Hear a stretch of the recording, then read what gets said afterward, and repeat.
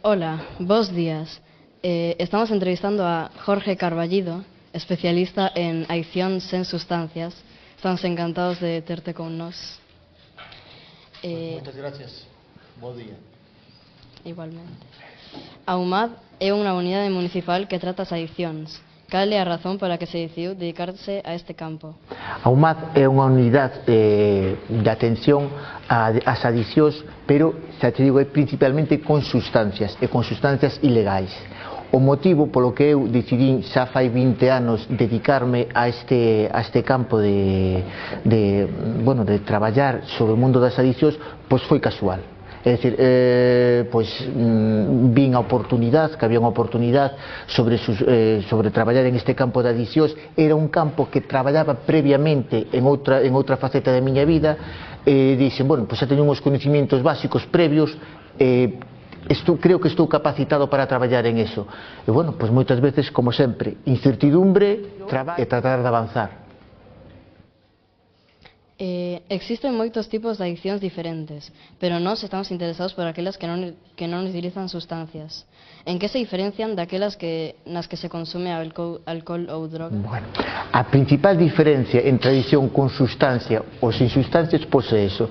As adiccións con sustancias se trata de que hai un elemento, principalmente casi sempre unha molécula, no exterior, e temos que introducila no noso organismo. Entón, xa podemos fumar, comer, inyectar, beber, hai múltiples formas, e esa sustancia ten un efecto na nosa conducta. Pero existe outra clase, e genera por suposto adicción, existe outra clase de adicción que é aquelo que non temos que introducir nada no noso organismo, que é a adicción sin sustancias. Ejemplo de adicción sin sustancias, o xogo. Por exemplo, o xogo está catalogado como unha enfermedade diagnosticada e protocolorizada, e a xente que ten adicción ao xogo, o seu cerebro é capaz de ter unhas reaccións químicas como si tuvera unha sustancia, pero sin tela, pola seu forma de funcionar. Basándose nos seus usuarios, cales son os casos máis frecuentes e máis difíciles de tratar e por qué? Casos máis difíciles de tratar, bueno, pois tamén depende moito da sustancia, non? Por exemplo, os usuarios con sustancia, hai moitos que cando chegan á nosa unidade teñen unha trayectoria de consumo de 10-15 anos. Entonces, durante 10-15 anos estuveron consumindo a sustancia, non? Hasta que deciden deixala. Entonces teñen unha forma de funcionar o día a día, levantarse, comer, traballar, consumir, dormir, que o teñen moi interiorizado, non? Entonces, esos casos que xa veñen de largo, que veñen, de bastante largo, suelen ser máis complicados. Me preguntaches eso, e a seguinte pregunta eran dúas preguntas en unha. Por qué? Porque xa o teñen como moi asumido, moi interiorizado esa forma de funcionamento. Entón, lles costa máis salirse dese funcionamento. Pero, tamén vou poñer un pero, unha curiosidade, hai outras personas que tamén son difíciles. Son estas personas que ejercen un autocontrol sobre a sustancia, ou sin sustancia, sobre a acción concreta, non? Esa persona que, por así decirlo, se autocontrola. Por exemplo, pode chegar un fumador de 2 cajetillas que leva fumando 20 anos. Entón dices, bueno, pois temos que empezar a traballar con el, e vai ser complicado porque durante 10 anos ou 20 anos fumando tal cantidad vai ser complicado mover todo, vale. Pero iso podríamos decirlo que é un caso medio. Quizá os casos así difíciles son estas personas que ejercen como un autocontrol sobre a sustancia. Eu fumo esta cantidad, desta forma, e isto. Entonces, esa xente que ten ese tanto autocontrol, é máis complicado variarlle o funcionamento. Hai algunha adicción sen sustancia que sexa pouco común, pero que tamén sea moi eficaz? As adiccións sin sustancia principalmente que estamos vendo son as adiccións ao xogo. O consumo de xogo, unha enfermedade, o xogo patolóxico, esa é a principal adicción sin sustancia. Ahora mesmo xa se empeza a diagnosticar adiccións tamén a internet. Parece que hai unha serie de protocolos e unha serie de premisas que se deben de cumplir, e xa se pode considerar unha adicción. Cal é a sustancia máis frecuentemente tratada na súa organización e por qué? A sustancia que máis tratamos na UMAD, como somos especialistas en drogas ilegais, as drogas ilegales son 3 principalmente: hachís, cocaína e heroína. A máis tratada é a heroína. Por que a heroína? Porque a heroína é unha sustancia que se cronifica a largo do tempo. Entonces, os nosos pacientes levan moitos anos con nós, moitos anos para tratar de deixala, e os principales usuarios que temos son os de heroína, o número máis numeroso. Que porcentaxe de persoas que acuden a vostedes son nenos ou adultos? E que tratamento requiren pola diferencia de edades no tema da tecnoloxía? De internet, non estamos especializados nos en internet, pero o que estamos vendo en internet principalmente poden ver, están afectando máis a persoas casi máis adultas que aínda nenos. Hai algúns nenos que sí que son casos moi llamativos e moi aparatosos, non? Porque presentan unhas dificultades severas, pero principalmente poden ser maiores adiccións a internet, poden ser xente maior de edad que, máis que unha adicción, ahora mesmo teñen un funcionamento incorrecto. Que é un funcionamento incorrecto? Vale, pois empezan a deixar de facer a súa vida normal e dar prioridade a estar conectado. Vale, poden deixar de facer as súas actividades, deixar de estar en familia, deixar de traballar, e empezan a facer un uso moi continuo de redes, e iso dificulta o seu funcionamento. E iso pode chegar a derivar ahora mesmo casi en unha adicción tamén. Cales de persoas acuden a vostede? Son nenos ou adultos? E que tratamento requiren pola diferencia de edades no tema das adiccións de internet? Pois eu creo que a maior adicción depende moito das persoas, non? Pero temos máis persoas adictas a sustancias que a sin sustancias. Por que son máis adictos á sustancia? Pois non sei se a sustancia en sí pode generar máis adicción, máis necesidade no cerebro de ter que consumir. As adiccións sin sustancias poden ser en casos puntuales tamén moi potentes, pero non solen ser tan potentes como as con sustancia. É dicir, a adicción ao tabaco pode ser máis potente que a adicción ao xogo. Aunque o xogo pode haber casos tamén igual de tremendos. Non é difícil sacar o ollo das pantallas. Como é o proceso de recuperación das adiccións e sustancias? Neste caso. O proceso de recuperación, pois sempre se trata de, primeiro, tratar de establecer unha liña base, saber cal é o problema, cal é a situación concreta de esa persona, non? Saber como son os seus hábitos, como lle repercute, cal é o seu funcionamento dentro de adiccións á pantalla ou de mal uso das pantallas, e unha vez que se consiga determinar como se funciona, tratar de avanzar pequenos pasos hacia a súa recuperación. Por exemplo, unha persona que durante todas as tardes de 4 a 9 da noite, despois de facer os deberes, se pon no ordenador, está xogando, chateando cos amigos, ou vendo reels, ou vendo, en distintas redes sociais, non? Pois quizá haya que empezar a planificar con el unhas horas de uso, unhas horas de descanso e unhas horas alternativas. Entón, podríamos empezar a traballar en ese sentido. No tema das adiccións,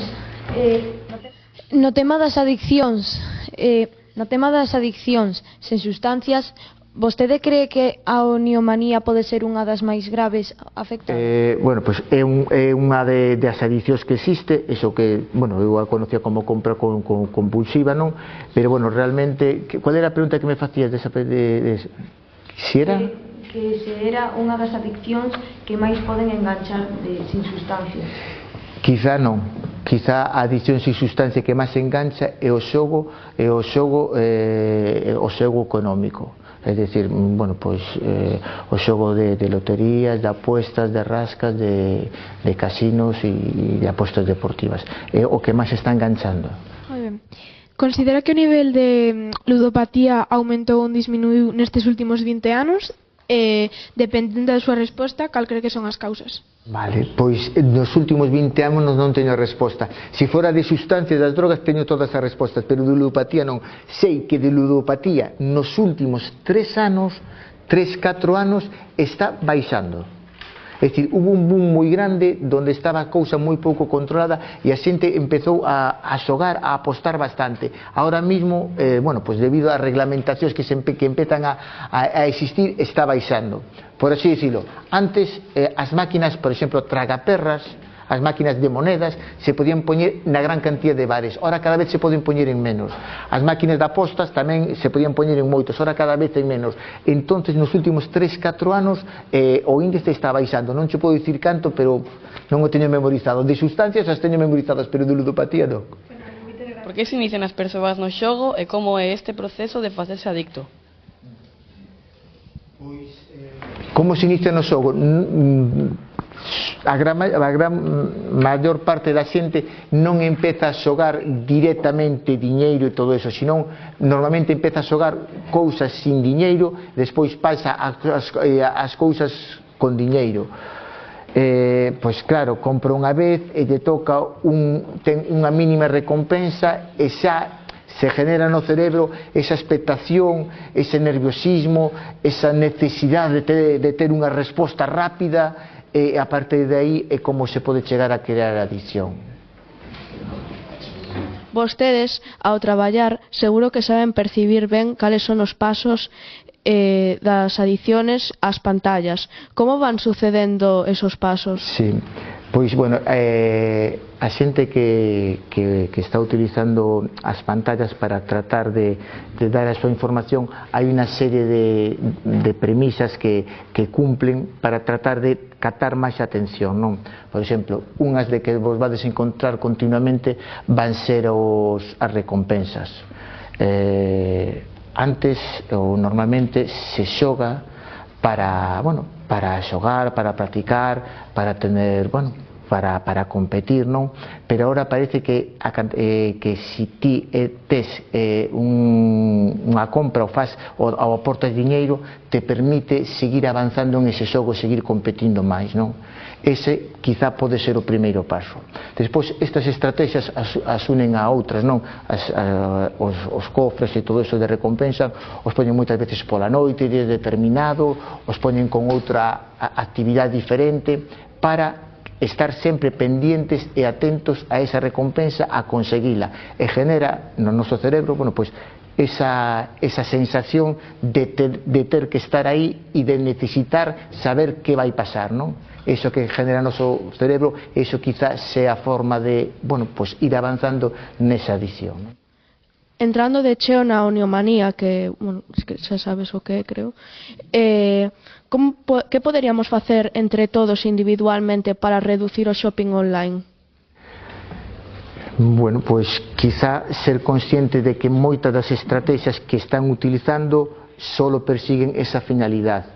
Por exemplo, o que estou dicindo, se vemos un xogo que a finalidade do xogo moitas veces é pagar para avanzar no xogo, xa podemos empezar a desconfiar. Se é un xogo que necesita moitas horas diarias, xa empezar a desconfiar. Se é un xogo que abarca todo, que nos impide facer outras actividades ou que abarca todo o noso tempo, esos son normas que hai que ter en conta para decir, aquí estou empezando a deixar de facer unhas cousas facendo outras diferentes. Por suposto, non xogar é malo, pero si xogar dunha determinada forma sí que se pode facer. No que se refire ao que é a ludopatía, que farían para disminuir o máximo posible a poboación que xoga os xogos a azar se estiveran nas súas mans esa posibilidade? Ben, a ludopatía, hai unha cousa quizá moi básica aí, xa é un punto máis forte no que podo falar moito máis. Principalmente, ahora se lle preguntamos aos mozos onde xogan diñeiro, onde xogan pasta, hai dous sitios principales. Principalmente se xoga a lotería, se xoga ao rascas e se xoga ás apostas deportivas. Quizá teñamos que regular o que son as apostas deportivas, que sencillamente son máquinas que están nos bares, creo que en Galicia hai 3.300 máquinas desas, e que están a disponibilidade de moitísima xente. En teoría, o dono do bar é o que ten que impedir as apostas deportivas dos menores, non? Pero chega hasta onde chega, está atendendo o bar, está facendo outras cousas, e moitas veces, aí sería para min un primeiro paso impedir o xogo económico nos bares. Eso podría ser un paso importante. E despois, referente aos mozos e a xogo en sí, estos xogos que necesitas recompensas continuas para avanzar, esas recompensas se compran económicamente, es decir, hai que pagar pasta para avanzar, para tener unha mejor armadura, para tener esos xogos, quizá os deberíamos regular. Poñer como anécdota que cando hubo unha normativa que apareceu aí, que antes ao mellor vos sona, había moita publicidade, non a vosa hora, pero ao mellor veíades publicidade fora de hora, que estaban sempre xoga, xoga, xoga, gana, gana, gana, 3, 3, 3, casino online, todo eso, e era anunciada por deportistas, personas referentes para nosotros. Esas, hubo unha lei que prohibeu que esas personas relevantes fixeran esa publicidade directa, e a partir solo dese papel en blanco que se prohibía eso directamente, o índice de consumo, o índice de xogo baixou casi, creo que foi un 10%, foi unha barbaridade. Entonces, bueno, pues esas normativas serían interesantes. Por exemplo, eso, impedir as recompensas ás 3 da mañá.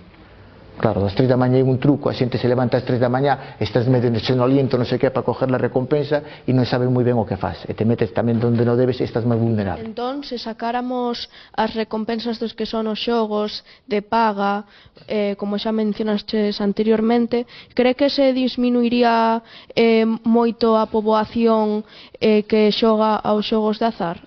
Sí, quizá isto, bueno, pues intuimos que é así, pero non temos confirmación, non. Moitos das grandes empresas de azar, os grandes casinos, son os que están promocionando os xogos online para os rapaces. Antes os xogos se compraban e se gastaban 60, 80 euros e tiñamos un xogo e xogábamos a él. Ahora estos xogos parece que poden estar promocionados por estas empresas de xogo que xogan diñeiro para darlle o mensaxe aos rapaces de que para xogar, para avanzar, tens que pagar. Entonces, si quero avanzar, podo pagar. Bueno, si quero avanzar en un xogo, podo avanzar igual, pero me leva 8 horas. E se pago 20 euros, ao mellor paso en 1 hora. Entonces, quizá aí é o primeiro paso. Nos están acostumbrando, ou vos están acostumbrando, a que hai que pagar. Pagar para ganar, para avanzar. Sempre poño un exemplo, deixame poñer un exemplo que é moi significativo. Se facedes aquí algún deporte de equipo, fútbol, baloncesto, patinaje, natación, o que sea, que pensaríades vos se vades con 20 euros ao árbitro e dicides, toma, e deixame ganar, ou deixame avanzar, ou deixame tirar? Quizá non tiña moito sentido, non? Pois esa estrategia que siguen, pero están facendo moi ben, ou venden moi ben. De que xeito cree vostede que é posible gañar dineiro a longo prazo nas apostas deportivas ou nos xogos de azar? Vale. Pois tamén a resposta é fácil. Os xogos de azar e as apostas deportivas están diseñadas para non ganar. Nunca para ganar. Pode ser puntualmente que se gane unha vez, pode ser, pero están diseñadas solo para recaudar diñeiro. Ahora vou poñer un exemplo para que se entenda ben, que é un exemplo que me puxeron outro día que me resultou moi ilustrativo. Era unha persona que decía que quería averiguar que posibilidad tenía de que lle tocara a lotería. Vale, entonces lle responderon do seguinte xeito. A resposta foi, vale, pois, se queres saber a posibilidad de que toque a lotería, bueno, era unha cantidad, non me acordo a cantidad, era un porcentaje, bueno, de muchos ceros, no? Pero a non nos din un número, a lo mejor uno entre 100.000 e todo eso, e decimos, ¿y qué es eso? Pues nada, ¿qué es la posibilidad 1 entre 100.000? 1 entre 100.000 es ir al supermercado, y vamos al supermercado, llegamos a la sección de los arroces, donde están los arroces, y cogemos 4 paquetes de medio kilo. Entonces esos paquetes de medio kilo los vaciamos todos en una pota y cogemos un arroz y lo pintamos de rojo, un dedito de arroz, lo metemos en la pota y la movemos, y entonces tenemos que meter la mano y sacar el rojo para que nos toque el premio. Eso puede ser la probabilidad. Entonces la probabilidad toca, sí, si sacamos todos puede llegar a tocar, y al que le toca mucho, sí. Ahora la probabilidad es bastante dificultosa. ¿Qué pasa? Lo adornan mucho, ponen un grano de arroz rojo, que es el que toca, uno que tenga una manchita roja le toca la pedrea, otro un poquito un premio más menor o algo por el estilo, y eso es lo que hacen. Pero en realidad es eso, es como si metiéramos una mano y sacáramos el granito. ¿Dificultad? Toca, sí, toca, pero la dificultad quizás sea bastante improbable. Vale. Tamén leímos que se pode ser adicto ao traballo. Que diferencias son entre esta e as outras adiccións con esas sustancias? Adicto ao traballo, vale, pois te vai a sorprender a resposta, non o sei. Xa te digo, son especialista principalmente en sustancias e podo falar do xogo ou de outras cousas, pero de adicción ao traballo non profundicei, non teño conocimiento delo. supoño que ao mellor non o esperabades, pero non vos podo axudar en este tema concreto. Como se poderían curar estas diferentes adiccións e que diferencias hai según os diferentes tipos? Sí, principalmente para curar as adiccións sin sustancias, na maioría dos casos se recomenda casi sempre o tratamento psicolóxico, casi nunca farmacolóxico. Farmacolóxico pode ser se hai unha alteración moi severa para tranquilizar a persona e empezar a traballar, pero con un tratamento psicolóxico sería o procedimento para curar a esas personas. É sempre o procedimento en grandes líneas é o mismo: detectar o problema, ver cal é o problema, ver cal é a posible solución, a posible vía, e ir avanzando un paso a paso en esos pasos intermedios para a solución. Dentro de todas as adiccións que usted traballa, cal cree que é a máis perigosa ou adictiva? Vale, tamén unha resposta que esa me vou sentir cómodo, que é fácil. Ahora mismo vou considerar que a adicción máis peligrosa que temos ahora mismo é a nicotina. A nicotina é unha sustancia, bueno, pois, por que digo que é máis peligrosa? Pois moi fácil, cuantitativamente causa case 60.000 mortos ao ano. Ninguna outra sustancia ou sin sustancia pode chegar a esa capacidade que ten o tabaco. Bueno, tamén aproveito para decir que ahora non, pero dentro de 2-3 anos vos vades ter moita presión exterior para que se os va a presentar a nicotina aí, a través dos vapers, de diferentes formas. Mirando cara ao futuro, cales son os principais retos aos que se enfrenta na súa unidade a hora de solucionar os problemas das adiccións e sustancias? Os principais retos quizá estamos vendo que o que denominamos prevención ambiental, que pode ser unha regulación, facer que o entorno dificulte que este presente esas adiccións e sustancias, é o que é máis efectivo. Que me refiero concretamente? Que, bueno, que si temos aquí unha sala de xogos a 200 metros, a 50 metros, donde poden entrar os maiores e teño curiosidade para ver que pasa, quizá se evitáramos que existira esa sala de xogos, quizá sería xa un gran paso. Quizá se evitáramos que existiran esas recompensas a altas horas da noite para xogos de nenos ou para xogos en general, pois podría ser un gran paso. Que lle pasa ao cerebro cando tes unha adicción á internet? E que diferencia hai cunha adicción a unha sustancia? Funcionan adiccións á sustancia e a adicción á internet funcionan dun xeito moi similar. Cando introducimos unha sustancia no noso corpo, chega ao cerebro, se crean unha serie de receptores de satisfacción, de placer, de estar ben e de querer repetilo. E iso con a sustancia. Esa sustancia é capaz de tocar algo no noso cerebro e xenerar iso. E o xogo pode chegar a facer o mismo, pero sin sustancia. Esa expectación, esa incertidumbre, esas ganas de que ocurran as cousas, pode activar os mesmos mecanismos que sin sustancia. É como moi curioso, non? Pode ser con unha sustancia ou sin a mesma sustancia generar adicción. Unha adicción, por suposto, igual de profunda e como pode ser o xogo, a adicción ao tabaco. Pode ser exactamente a mesma. Cantas mortes hai ao ano polas adiccións aproximadamente? A adicción que máis mortes xenera, pero con largo, pode ser o tabaco, que pode matar en España casi 60.000 personas. É dicir, Santiago ten 100.000 habitantes, non? Casi cada ano morre a mitad de Santiago. E o ano seguinte outra mitad, o ano seguinte outra mitad, é tremendo. Eso en canto ao tabaco. E despois, en canto ao alcohol, que pode ser a seguinte sustancia que máis mortes causa, pode causar 12.000. É dicir, o resto das drogas, heroína, cocaína, pode causar sobre 1.000 mortes. É dicir, ao ano podemos estar en mortes por adiccións a sustancias 75.000 persoas, entre 70 e 75.000 persoas, mortes directas. Cales son, según vostede, as adiccións e sustancias máis perigosas e menos perigosas? E por qué? Sin sustancia. Pois a adicción sen sustancia máis peligrosa é a adicción ao xogo. É a adicción quizá que consideremos que pode chegar a causar máis daños, máis perxuicios, ser máis perxudicial na persona. E a adicción sin sustancia menos peligrosa, pois non sabría dicirte, a verdad que non che podo decir cal podría ser a menos peligrosa. A máis peligrosa, sí, sin duda, é o xogo económico.